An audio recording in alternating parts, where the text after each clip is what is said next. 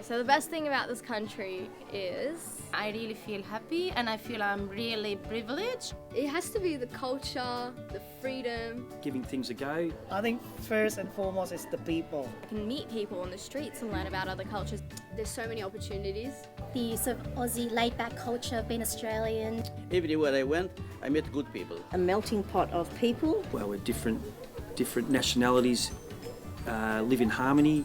Living in a society where all views, different cultures, different religions, all accepted. Trying your best. Literature and music and food. Fantastic food from all over the world. Yeah, the food's awesome. Fantastic food.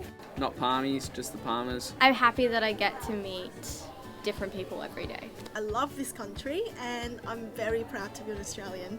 If I could say one sentence about living in Australia, about why I'm happy to be living in Australia, it's that I'm happy to be able to live, learn, and work amongst people that have experienced so many different things and yet, share this one geographical space where they can teach each other and connect each other.